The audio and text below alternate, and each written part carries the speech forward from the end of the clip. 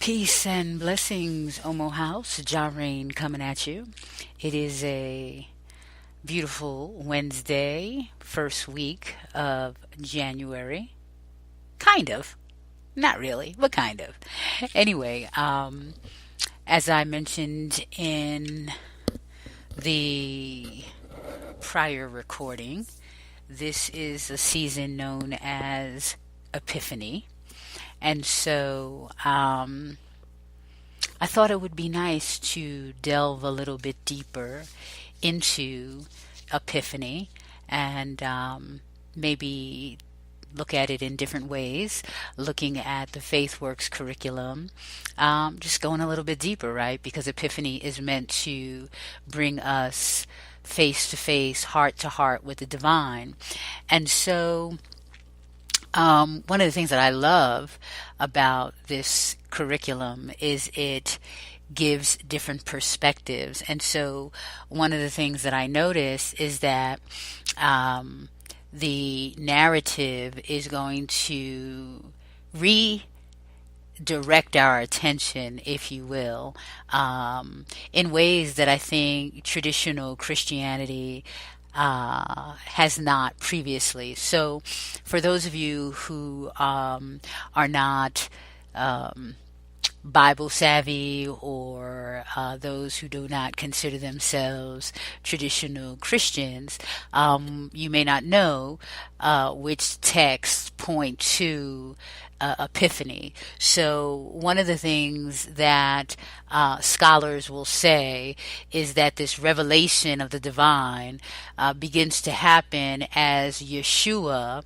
goes out and starts calling multiple disciples, right? And so those of us that remember, whether Sunday school or watching some of these movies, we see this young prophetic brother moving through the world saying, hey, come follow me. And you see some people saying, hey, I'm ready, let's go. And you see others saying, I don't know, who are you? I know your people, y'all ain't that reputable. And so many of us have been told to focus on Yeshua and who Yeshua is. And what's beautiful in this FaithWorks conversation is there's a pause and say, maybe not so fast. Maybe there's something that we're missing here. So let's take it from that context, right? And as I am known to do, I try to stay true to the narrative unless spirit moves me. So here we go. So this month we turn to John's story of the call of the disciples to help us hear God's question for us. It's a story that both the Revised, Common, and Narrative Lectionary place at the start of Epiphany. And it's a surprising place to start. Epiphany is supposed to be about Yeshua. And yet here we are, given a story that places the emphasis on us. Yes, there's a lot of talk in the passage about having found the Messiah, but what dominates the story are invitations to find a larger sense of one's own self.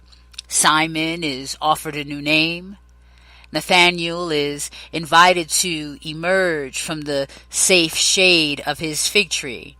Everyone is invited to see and live into greater things.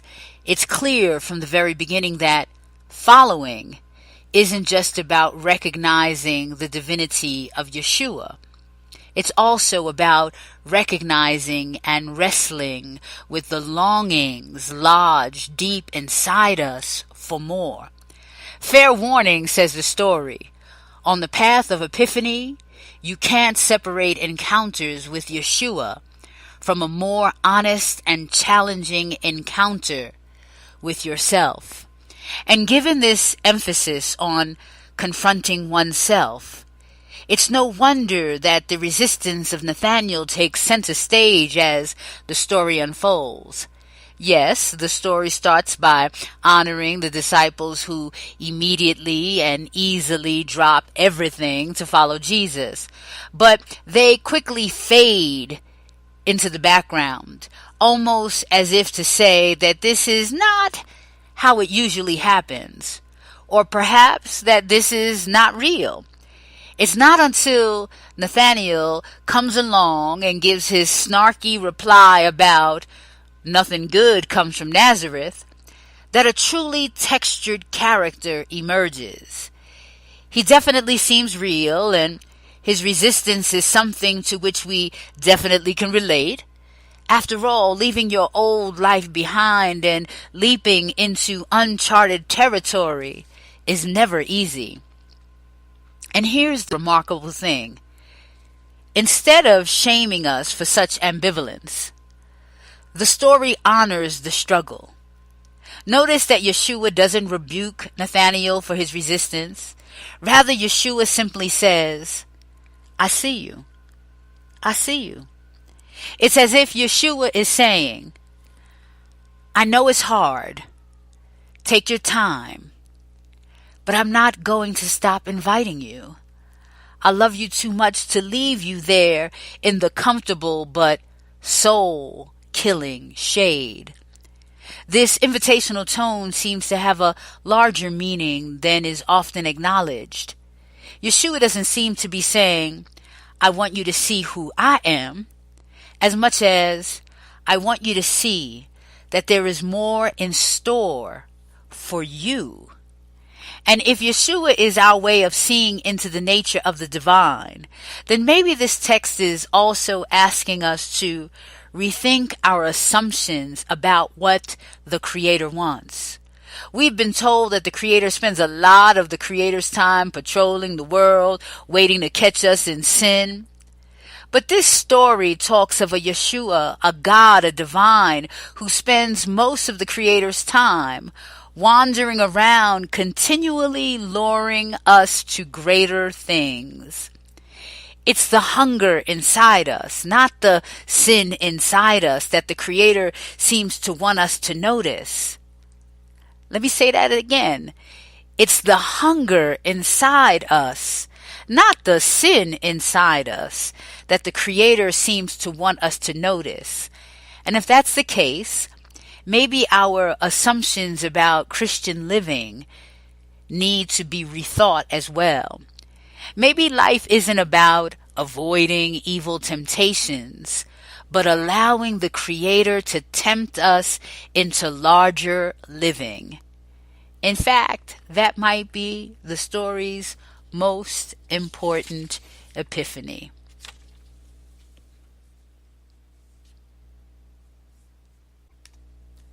So, I kind of paused, right? Here's some really cool quotes that kind of can ground us into the first week, right? So if this month is like meant to be focused on coming face to face, heart to heart with the divine, here are some thoughts. So let's see.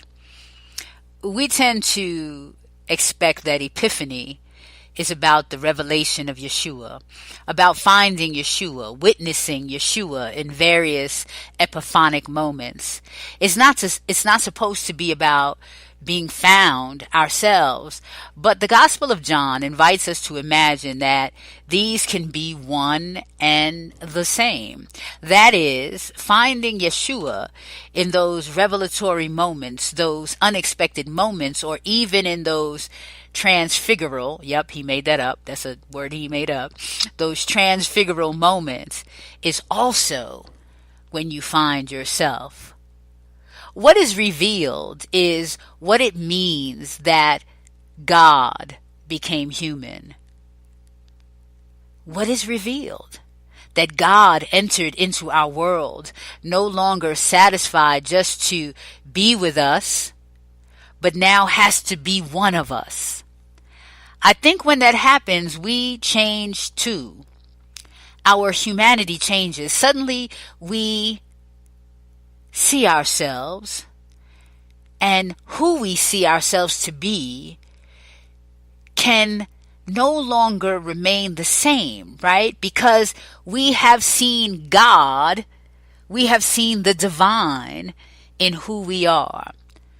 Sometimes a lot of the time, we don't want to be found. Let's face it, being found is not always a good or comfortable thing. Nor, if we're honest, are epiphanies.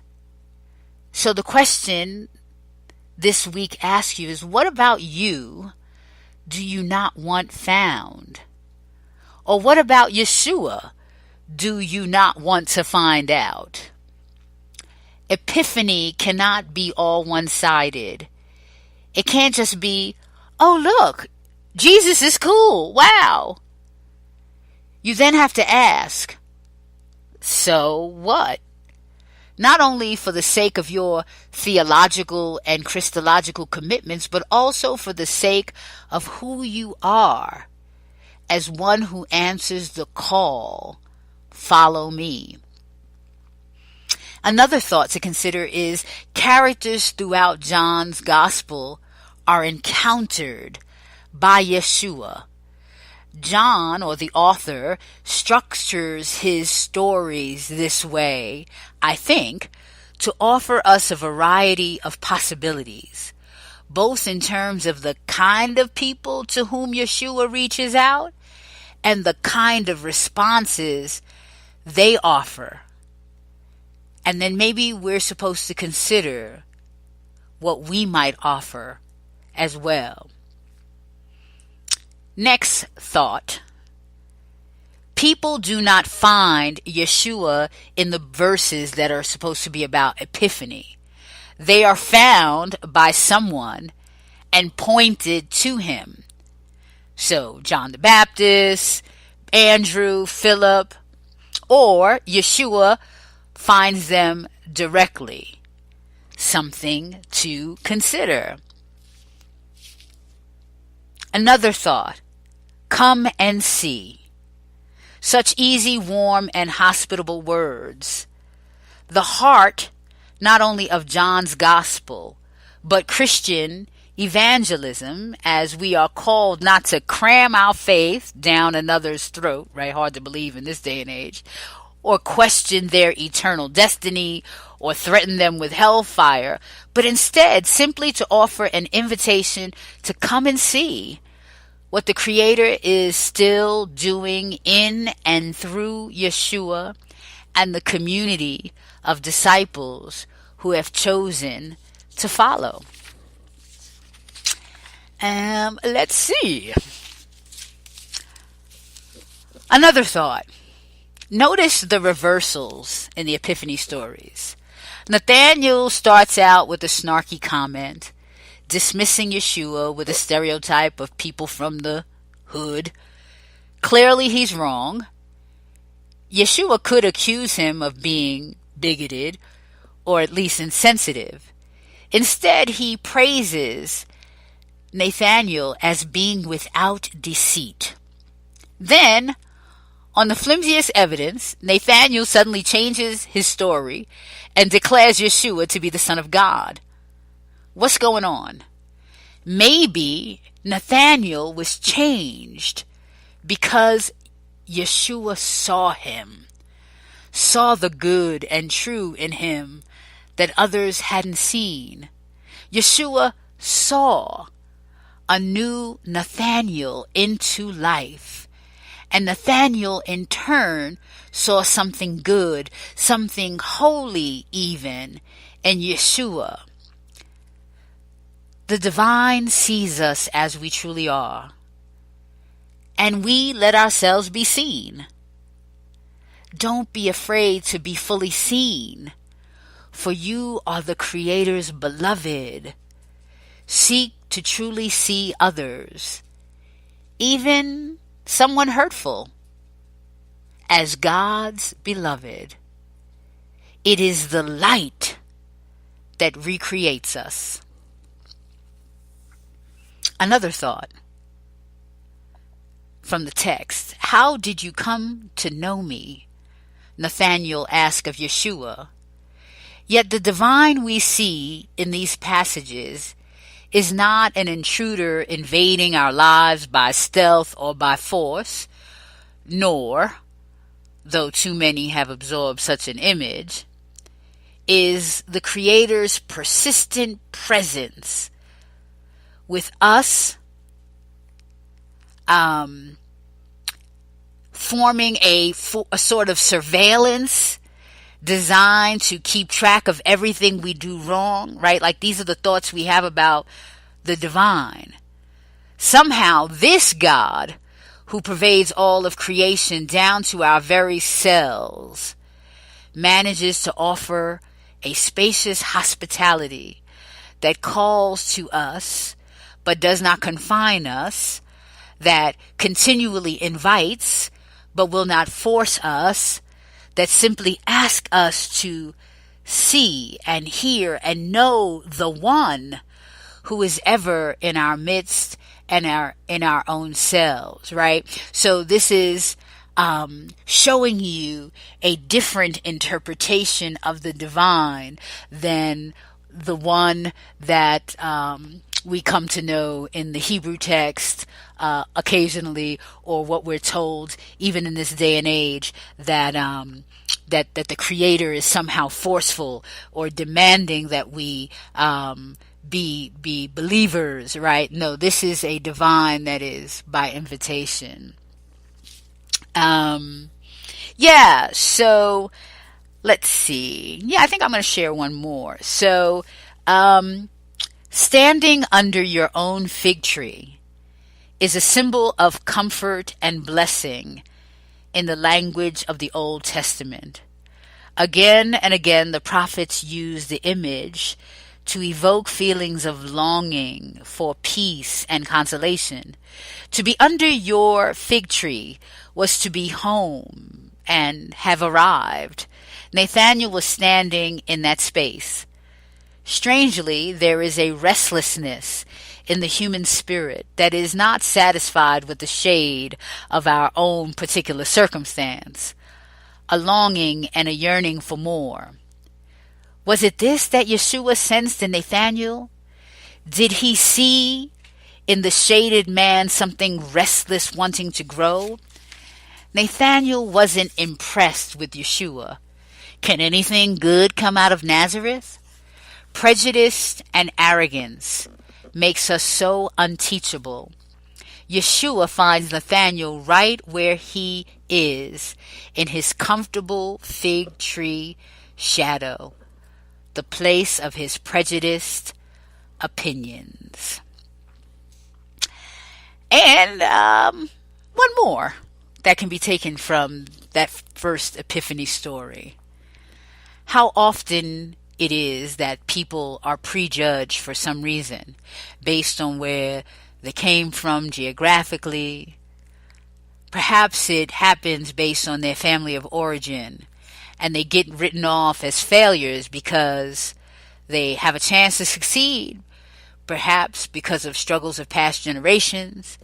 Maybe the reason is faith-based, because they are Christian, Muslim, Jewish, whatever. Even Baptist or Congregationalist or Catholic.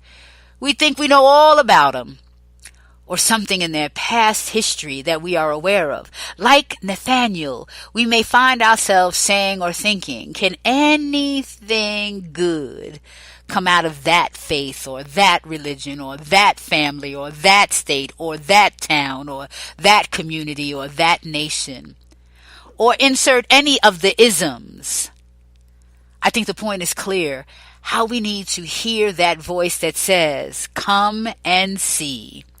How we need to be willing to take the time to know others and know them beyond their appearance, their history, their family, their whatever, that may keep us from really knowing them. How can we not remember Martin Luther King's hope in I Have a Dream? That wonderful speech when he said, I have a dream that my 4 little children will one day live in a nation where they will not be judged by the color of their skin, but by the content of their character. It takes time to know one's character. Anyway, well, that's what we got for week 1. I'll throw in some interesting links for you under the audio, and I will see you hear you, be with you, whatever we do, sooner than later. Peace and blessings to you.